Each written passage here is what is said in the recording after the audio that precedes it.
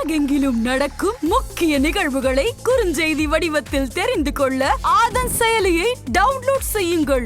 ஆதன் செயலியை டவுன்லோட் செய்ய டிஸ்கிரிப்ஷனில் உள்ள லிங்கை கிளிக் செய்யவும். ஆதன் ஆன்மீகம் நேயர்கள் அனைவருக்கும் முதலில் எங்களது வணக்கத்தை தெரிவித்துக் கொள்கிறோம்.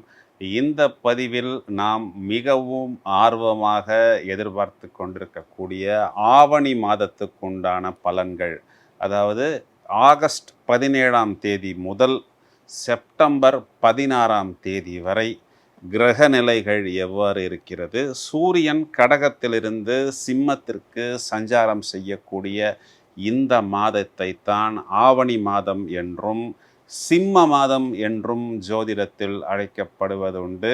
சிம்மத்திற்கு மேலான மாதமும் இல்லை, சிவனுக்கு மேலான ஒரு தேவனும் இல்லை என்பதுதான் சொல்லடை. இந்த ஆவணி மாதத்துக்குண்டான சிறப்புகள் என்று எடுத்துக்கொண்டால் அமர்க்களமான கிருஷ்ண ஜெயந்தி 26/8 கிருஷ்ண ஜெயந்தி கொண்டாடப்படுகிறது.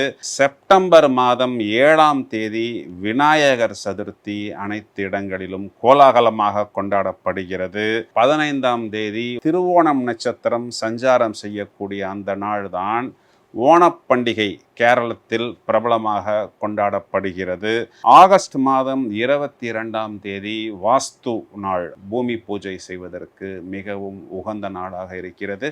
ஆவணி மூலம் அன்று மதுரையில் மீனாட்சி சுந்தரேஸ்வர் ஆலயத்தில் பிரதானமான வழிபாடுகள் மற்றும் அர்ச்சனைகள் செய்யப்படுகிறது. இவை மிகவும் விசேஷமான வழிபாடுகளாகும்.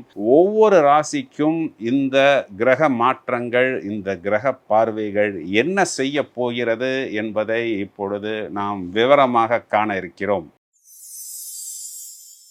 மகர ராசியை எடுத்துக்கொள்வோம். மகரம் சிகரமேறும் என்று நாம் இதற்கு முன் சொன்னது இப்பொழுது தொடர்ச்சியாக வந்து கொண்டிருக்கிறது. இதன் காரணம், மகர ராசிக்கு லாபாதிபதி என்று சொல்லக்கூடிய செவ்வாய் என்ற கிரகம் 6ஆம் வீட்டில் சஞ்சாரம் செய்ய இருக்கிறார். அவர் 6ஆம் வீட்டில் சஞ்சாரம் செய்யும் பொழுது அவர் 8ஆம் பார்வையாக ராசியை பார்ப்பார்.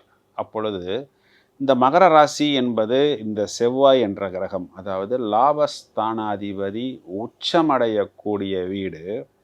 அந்த உச்சமடையக்கூடிய வீட்டை லாபஸ்தானாதிபதி பார்க்கிறார். 3, 6, 11 வீடுகளில் அசுப கிரகங்கள் நிகரற்ற லாப பலனை கண்டிப்பாக கொடுக்கும்.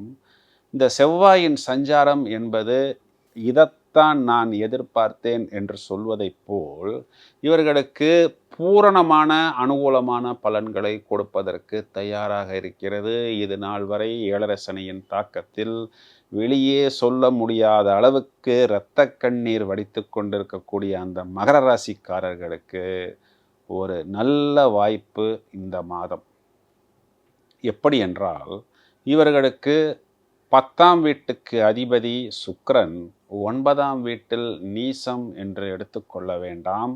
10ஆம் வீட்டின் அதிபதி 9ஆம் வீட்டுக்கு வருவது என்பது தர்ம கர்மாதிபதி யோகம் என்பது அனைவருக்கும் தெரியும். கன்னியில் சுக்கிரன் நீசம்தான் என்றாலும் இங்கு சுக்கிரன் நீசமடைந்த வீட்டின் அதிபதி புதன் முதலில் 7ஆம் வீட்டில் சஞ்சாரம் செய்யும் பொழுது மகரத்துக்கு அது கேந்திரமாக வருவது என்பது நீசபங்க ராஜயோகம்.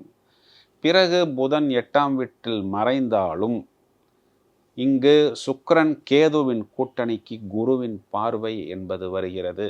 8ஆம் வீட்டில் சுக்கிரன் சஞ்சாரம் செய்யக்கூடிய காலகட்டமாக இருந்தாலும், புதன் சஞ்சாரம் செய்யக்கூடிய காலகட்டமாக இருந்தாலும், சனி என்ற கிரகத்துக்கு இந்த 2 கிரகங்களும் நட்பு கிரகங்கள் என்ற ஒரு கூட்டணியில் வருவதாலும் இவர்களது கட்டுப்பாட்டில்தான் விஷயங்கள் நடக்கும். என்ன சார் இப்படி சொல்லிட்டீங்க? ஆமாம், இதனால் வரை ஏழரை சனியின் காலகட்டங்களில் அடுத்தவர்களின் கட்டுப்பாட்டில் நீங்கள் இருந்தீர்கள். இப்பொழுது உங்களின் கட்டுப்பாட்டில் உங்களது யோகாதிபதிகள் இருக்கிறார்கள். அவர்கள் உங்களுக்கு தர்ம கர்மாதிபதி யோகமாகவும் நீசபங்க ராஜயோகமாகவும் வருகிறார்கள். இதனால் தான் சொல்கிறேன், மகரம் சிகரமேறும். லாபஸ்தானத்திற்கு குருவின் பார்வை, அதாவது இவர்களுக்கு அனுகூலம் கொடுத்து கொண்டிருக்கிறது. பாக்யஸ்தானத்துக்கு குருவின் பார்வை, ஜென்ம ராசிக்கே குருவின் பார்வை. இந்த குழந்தைகள் சம்பந்தப்பட்ட விஷயங்களாக இருந்தாலும், பாக்கியம் சம்பந்தப்பட்ட விஷயங்களாக இருந்தாலும், லாபம் சம்பந்தப்பட்ட விஷயமாக இருந்தாலும், அபிவிருத்தி என்பது இப்பொழுது கொஞ்சம் கொஞ்சமாக இவர்களுக்கு ஏற்பட்டு கொண்டிருக்கிறது.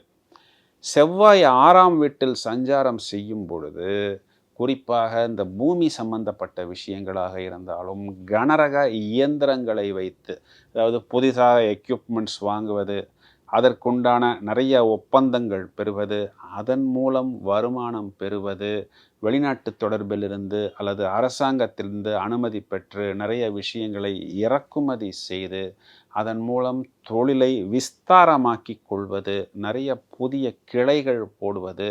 இதற்கு முன் இந்த ஒரு பொருளுக்கு ஒரு அங்கீகாரம் கிடைக்க வேண்டும் என்று நான் காத்திருந்தேன் என்ற ஏக்கத்தில் இருக்கக்கூடிய நபர்கள் அனைவருமே மகர ராசி என்று வரும்பொழுது அவர்கள் சிகரம் ஏறக்கூடிய ஒரு காலகட்டமாக இருக்கிறது. 7.5 சனி இவர்களுக்கு கொஞ்சம் அழுத்தத்தையும் கொஞ்சம் தோல்வியையும் கொடுத்தது. இப்பொழுது சனி வக்கரம் என்பது இவர்களுக்கு ஒரு ப்ளஸ். தேக்கமாக இருந்த விஷயங்கள் இப்பொழுது வேகம் பிடித்திருக்கிறது. எதிர்மறையான பலன்களை கொடுத்து கொண்டிருந்த சனி இப்பொழுது இவர்களுக்கு நேர்மறையான பலன்களை கொடுக்கிறது. ராசியை புதன் பார்க்கவிருக்கிறது. இதனால் புதிதாக இப்படி கூட யோசிக்க முடியுமா என்ற அளவில் இவர்கள் யோசிப்பார்கள். 3ஆம் வீட்டில் ராகு என்பது வெற்றி ஸ்தானத்தில் ராகு இவர்களுக்கு வெற்றி என்பதை ஏற்படுத்தும். நிறைய புதிய சந்தர்ப்பங்களை இவர்களுக்கு ஏற்படுத்தும். 9ஆம் வீட்டில் இருக்கக்கூடிய கேது இவர்களுக்கு கெடுதலான பலன்களை கொடுக்காது. நிகரற்ற லாபத்தை இவர்கள் எதிர்பார்க்க முடியும். இது நாள் வரை நான் காத்திருந்த விஷயங்கள் அனைத்துமே எனக்கு அனுகூலத்தை கொடுக்கும். இது நாள் வரை நாங்கள் வார்த்தைகளில் சொல்லி வந்தோம், இனி அவை செயல் மூலமாக வெற்றி பெறக்கூடிய காலகட்டம், லாபம் அடையக்கூடிய காலகட்டம், தொழிலில் மேன்மை அடையக்கூடிய காலகட்டம். இவர்கள் எங்கே கவனமாக இருக்க வேண்டும்? அஷ்டமஸ்தானத்தில் சூரியன் இந்த மாதம் முழுவதும் சஞ்சாரம் செய்கிறார். இந்த சனி என்ற கிரகமும் சூரியன் என்ற கிரகமும் சமசப்தம பார்வையாக பார்க்கவிருக்கிறார்கள். இந்த 2 கிரகங்களுமே சத்ரு கிரகங்கள். சூரியன் அங்கு சுக்கிரனின் நட்சத்திரத்தில் சஞ்சாரம் செய்யக்கூடிய காலகட்டங்களில் கூட பாதகங்கள் ஏற்படுத்தாது. ஆனால் தனது சொந்த நட்சத்திரத்தில் பயணம் செய்யக்கூடிய காலகட்டம் கிட்டத்தட்ட ஒரு 14 நாட்கள் இருக்கும். அரசாங்கம் சம்பந்தப்பட்ட விஷயங்கள் எதுவாக இருந்தாலும், அது ஒரு கார்ப்பரேஷன் டேக்ஸாக இருக்கலாம், அல்லது ஒரு இன்கம் டேக்ஸ் போன்ற விஷயங்களாக இருக்கலாம், அல்லது சேவை வரி சர்வீஸ் டேக்ஸ் ஜிஎஸ்டி போன்ற விஷயங்களாக இருக்கலாம், இந்த கரண்ட் பில் சம்பந்தப்பட்ட விஷயங்களாக இருக்கலாம், அல்லது அரசாங்க அதிகாரிகளாக இருக்கலாம், வாகனத்தில் செல்லும் பொழுது ஃபைன் கட்ட வேண்டிய ஒரு சூழ்நிலையாக இருக்கலாம். கவனமாக பார்த்து கொள்ள வேண்டும். சனி சூரியன் பார்வை என்பது 2ஆம் வீட்டுக்கு வருவதனால் வார்த்தைகள் நம்மை மீறி சில நேரத்தில் உஷ்ணமாக வரும். அப்பொழுது என்ன செய்யலாம்? இவர்கள் மௌனமாக இருப்பது, குறிப்பாக குடும்ப உறுப்பினர்களோ அல்லது குழந்தைகளுடனோ அல்லது குழந்தைகள் தந்தை பெற்றோர்களுடனோ பேசும் பொழுது அவர்களை காயப்படுத்தாமல் கொஞ்சம் சாஃப்டாக லயமாக பேசுவது, இல்லைன்னா பேசாமல் அமைதியாக அப்புறம் பார்க்கிறேன் அப்புறம் சொல்கிறேன் என்று புத்திசாலித்தனமாக நழுவுவது தான் இவர்களுக்கு சாலச் சிறந்தது. எப்படி இருந்தாலும் இந்த ராகுவின் அனுகூலம், செவ்வாயின் அனுகூலம், புதன் சுக்கிரனின் அனுகூலம் இந்த மாதம் முழுவதும் இவர்களுக்கு பூரணமாக இருக்கிறது. ராசிக்கு குருவின் பார்வையும் இருக்கிறது. நான் சொன்னது போல் மகரம் பலவிதமான பிரச்சனைகளை முடித்து கொண்டு தங்களது முழு பலத்தை முழு ஆற்றலை வெளிப்படுத்தக்கூடிய ஒரு காலகட்டம் இந்த மாதம் முழுவதும் உபயோகித்து கொள்ளுங்கள்.